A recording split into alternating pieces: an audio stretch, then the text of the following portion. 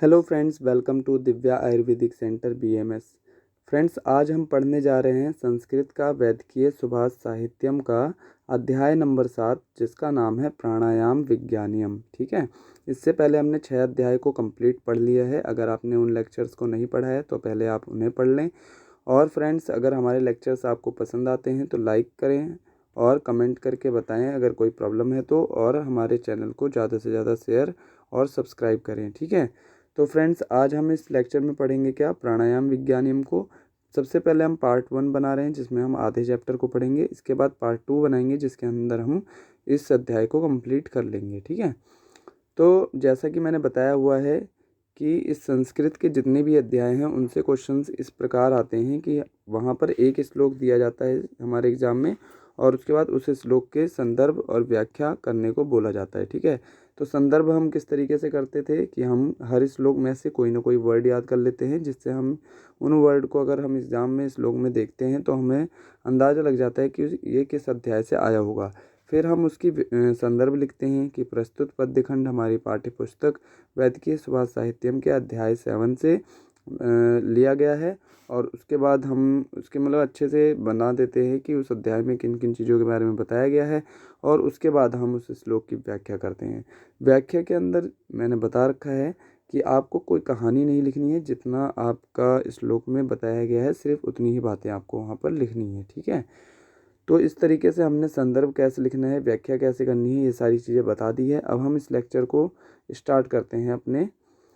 हम 7वें अध्याय को पढ़ने जा रहे हैं। सबसे पहले हम देखेंगे 7वें अध्याय का प्रथम श्लोक। ठीक है, प्रथम श्लोक क्या कहता है, वायोर जाता स्वयं ब्रह्मा, वायोर जाता स्वयं ब्रह्मा। ठीक है, तो वायोर जाता वर्ड आप याद रखना, जब भी वायोर जाता आएगा तो आप समझ जाना ये हमारे 7 चैप्टर से ये श्लोक आया हुआ है। ठीक है, अगर आपने क्रिया शारीर में पढ़ा होगा तो आपको पता होगा कि वायु जो होती है उसे हम प्राण भी कहते हैं। वायु जो है वो हमारा प्राण है, इसीलिए हम इसे प्राण वायु भी कहते हैं। तो वायु की बात की जा रही है, अर्थात यहाँ प्राण की बात की जा रही है। और हमारे चैप्टर का भी नाम है प्राणायाम, अर्थात हम समझ जाएंगे कि यह श्लोक हमारे 7 चैप्टर से आया हुआ है। ठीक है, तो चलिए हम इसकी अब व्याख्या को देखते हैं। वायोर जाता स्वयं ब्रह्मा, अर्थात स्वयं ब्रह्मा भी वायु से उत्पन्न हुए हैं। ठीक है, वायोर जाता स वह हरि, अर्थात वायु से ही हरि भी उत्पन्न हुए हैं। वायोर जाता मतलब वायु से उत्पन्न, और वह हरि ही, हरि मतलब हरि भी। ठीक है, यानी कि विष्णु भी। वायोर जातो महादेवा, वायोर जातो मतलब मैंने बता दिया था वायु से उत्पन्न, महादेवा मतलब महादेव भी। सर्वम वायुमयम जगत, अर्थात पूरा जगत जो है वो वायुमय है। ठीक है, तो हम इसकी जो कंप्लीट मीनिंग है वो एक साथ पढ़ेंगे। तो इस बुक में सबसे अच्छी मीनिंग बताई गई है, इससे आसान लैंग्वेज कहीं नहीं मिलने वाली इस श्लोक के लिए। तो इस श्लोक में बताया गया मतलब ब्रह्मा जो हैं वो स्वयं वायु से उत्पन्न हुए हैं, हरि भी वायु से उत्पन्न हुए हैं, और महादेव भी वायु से ही उत्पन्न हुए हैं। अर्थात संक्षेप में सब जगत जो है वो वायु जनित है, यानी सारा जगत वायु में है। ठीक है, तो ये हमारा फर्स्ट श्लोक हो गया।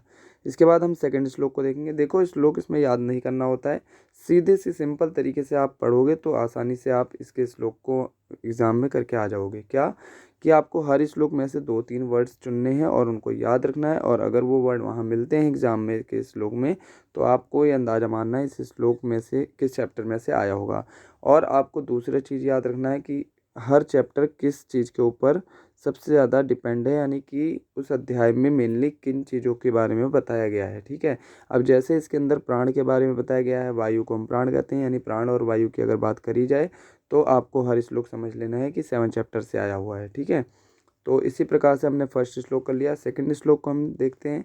सेकंड श्लोक है हमारा कि वायु, ठीक है, वायु स्तंत्रे यंत्रधरः, यानी जो वायु है वो हमारे शरीर रूपी यंत्र का धारण करती है। ठीक है, उसके बाद है प्रवर्तक चेष्टा नाम उच्चवाचा नाम नियंता प्रणेता। ठीक है, यानी प्रवर्तक होती है क्या, वायु, किसकी, तो हमारे शरीर में जितनी भी चेष्टाएं होती हैं, बोलना ओलना, सारी चेष्टाओं का जो प्रवर्तक है वो हमारी कौन है, वायु है। उसके बाद नियंता प्रणेता च मनसा, यानी कि वायु जो होती है वो नियंता भी होती है और प्रणेता भी होती है, यानी प्रेरक भी होती है।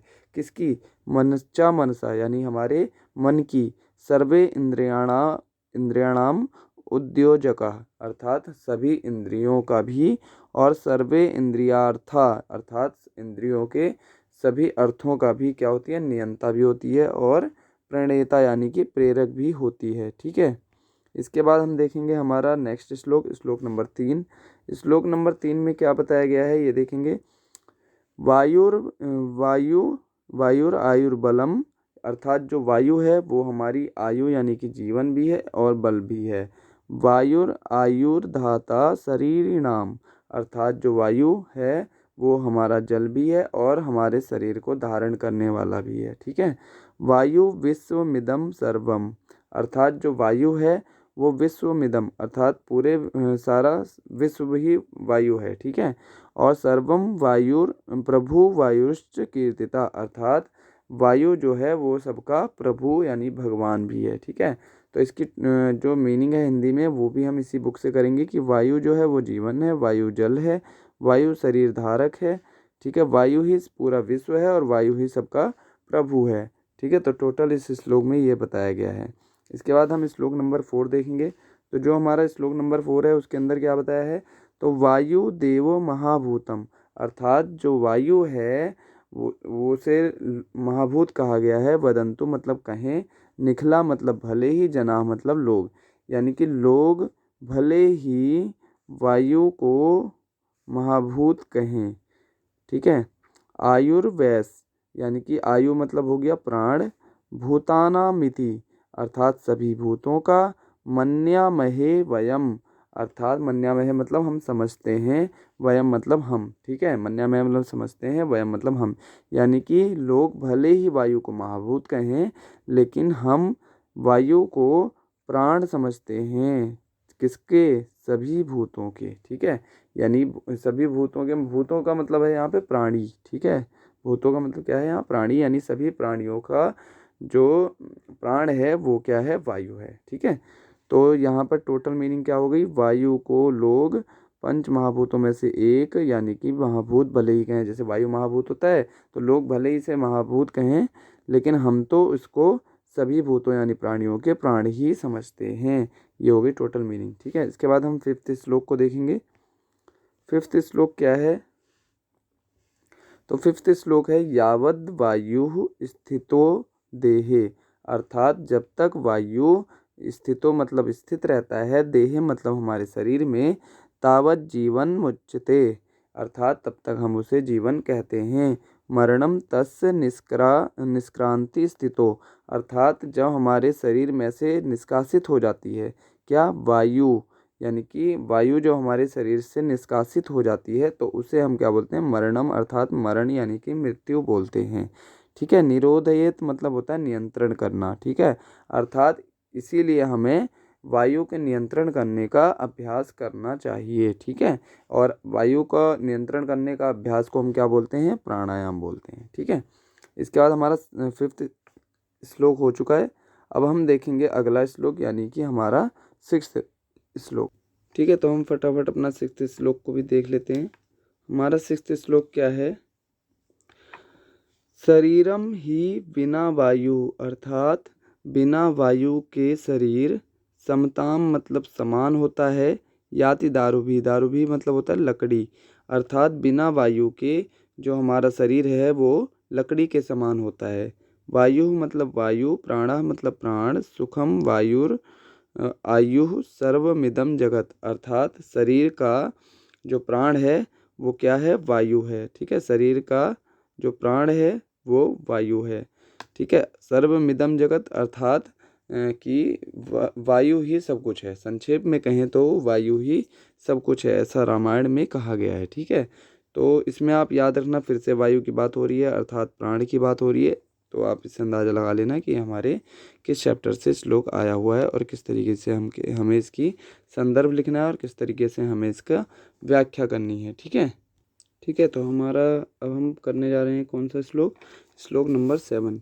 श्लोक नंबर 7 क्या है, प्राणम आहुर्तमारश्विनम वातो हा प्राण उच्यते अर्थात जो प्राण है उसे हम मातृश्वा कहते हैं।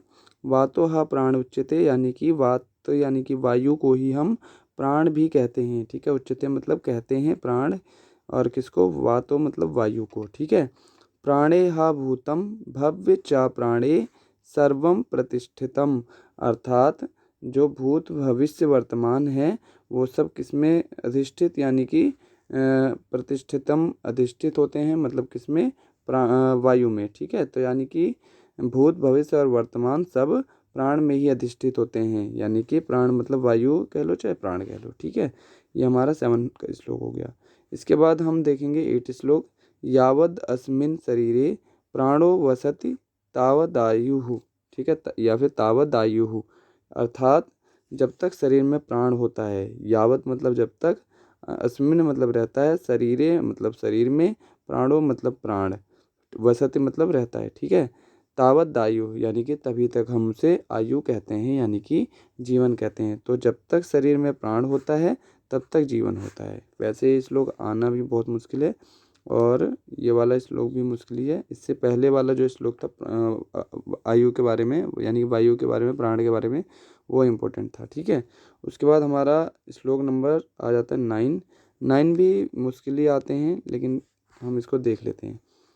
तो हमारा 9 नंबर का श्लोक क्या कहता है, येन जीवति, ठीक है, येन जीवति जीवो अयम निर्जीवो यम विना भवेत, ठीक है, बिना भवेत, अर्थात मतलब क्या हो गया कि जिससे यह जीव जीवित रहता है, ठीक है। येन यानी कि जिससे, ठीक है, येन अर्थात जिससे, जीविती मतलब जीवित रहता है, जीवो अयम यानी कि जीव, ठीक है। तो जिससे जीव जीवित रहता है और निर्जीवो यम बिना भवित यानी जिसके बिना जो जीव है वो निर्जीव हो जाता है।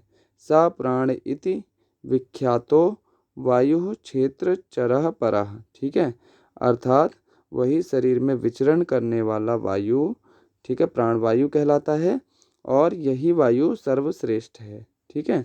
तो इस श्लोक का टोटल मीनिंग क्या हुआ, हिंदी में पढ़ लेते हैं। जिससे यह जीव जीवित रहता है, जिसके बिना निर्जीव हो जाता है, वह प्राणवायु कहलाती है और शरीर में विचरण करने वालों में यह वायु सर्वश्रेष्ठ है, ठीक है। तो इस तरीके से आपको इसे याद रखना है।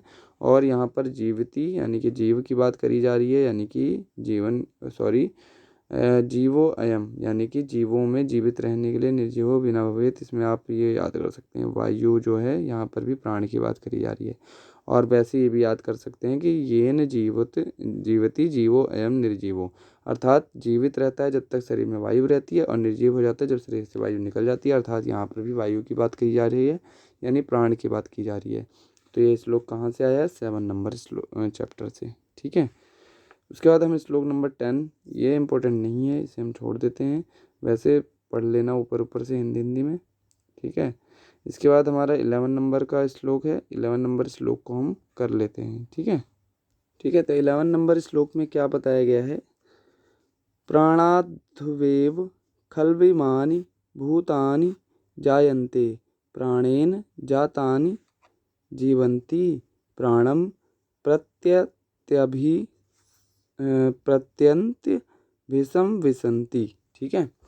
तो यहाँ पर प्राणाद्वेव मतलब क्या हो गया कि प्राण से ही, ठीक है, खल्विमानि भूतानि अर्थात जीव और सृष्टि, जायन्ते मतलब उत्पन्न होते हैं, प्राणेन जातानि जीवंती अर्थात प्राण से ही वह जीवित रहते हैं, प्राण प्रत्यांत भीषम विसंति अर्थात प्राण से ही, प्राण में ही जाकर ये विलीन हो जाते हैं, यानी इनका नाश भी कहाँ पर होता है, भीषम मतलब नाश कहाँ पर होता है, प्राण में ही, प्राण में ही, ठीक है, प्राण में ही इनका नाश हो जाता है। तो यानी कि टोटल हिंदी क्या हुई कि प्राण से ही जीव सृष्टि उत्पन्न होती है और प्राण से ही जीवित रहती है और प्राण में ही जाकर विलीन हो जाती है, ठीक है। इसके बाद हमारा 12 नंबर का श्लोक है। 12 नंबर का श्लोक कर लेते हैं, चलो इसी लेक्चर में कर लेते हैं, ठीक है। तो इस श्लोक में क्या बताया हुआ है हमारे 12 नंबर श्लोक में कि प्राणम देवा, ठीक है, प्राणम देवा अनुप्राणंति मनुष्याः यस्य वस्व ये, ठीक है, मतलब क्या हुआ कि जो प्राण है, ठीक है, जो प्राण है वो सभी देवता सभी देवता, मनुष्या मतलब सभी मनुष्यों तथा पशु पक्षी, यश वस्व यानी कि पशु पक्षी के जो अनुगामी होते हैं, अनुप्राणंति मतलब अनुगामी होते हैं, अर्थात देवता, मनुष्य और पशु पक्षी के प्राण के अनुगामी होते हैं क्या? प्राण। ठीक है। प्राणो ही भूतानाम आयु, अर्थात जो भूतानाम मतलब हो गया प्राणियों के, आयु मतलब हो गया आयु, जो है प्राणियों की जो आयु है वो क्या है? प्राण ही है। ठीक है। तस्मात् सर्वायु उच्यते, अर्थात जो आयु प्रदान करने वालों में श्रेष्ठ क्या है? प्राण है। ठीक है। आयु यानी कि सीधी सी बात है ना, प्राण ही श्रेष्ठ है। जब तक मनुष्य में प्राण है तब तक उसकी आयु है, अर्थात वायु प्रदान करने में सर्वश्रेष्ठ क्या है? हमारा आयु, वो वायु है। ठीक है। तो यहाँ तक हमने पढ़ लिया है, 12 नंबर श्लोक तक हमने पढ़ लिया है। बाकी के श्लोक हम इसके सेकंड पार्ट में पढ़ेंगे। ठीक है। तो फ्रेंड्स, ये लेक्चर अगर आपको अच्छा लगा है तो लाइक ज़रूर करना और शेयर करना, और इस चैनल पर नए हैं तो सब्सक्राइब करना, और डिस्क्रिप्शन में से व्हाट्सएप ग्रुप को लिंक को से आप व्हाट्सएप ग्रुप को ज्वाइन कीजिए, और कोई भी दिक्कत परेशानी है तो वहाँ पर डिस्कस कीजिए। तो फ्रेंड्स, मिलते हैं नेक्स्ट लेक्चर में, इसके पार्ट 2 पढ़ेंगे और इस चैप्टर को कंप्लीट करेंगे। Okay friends.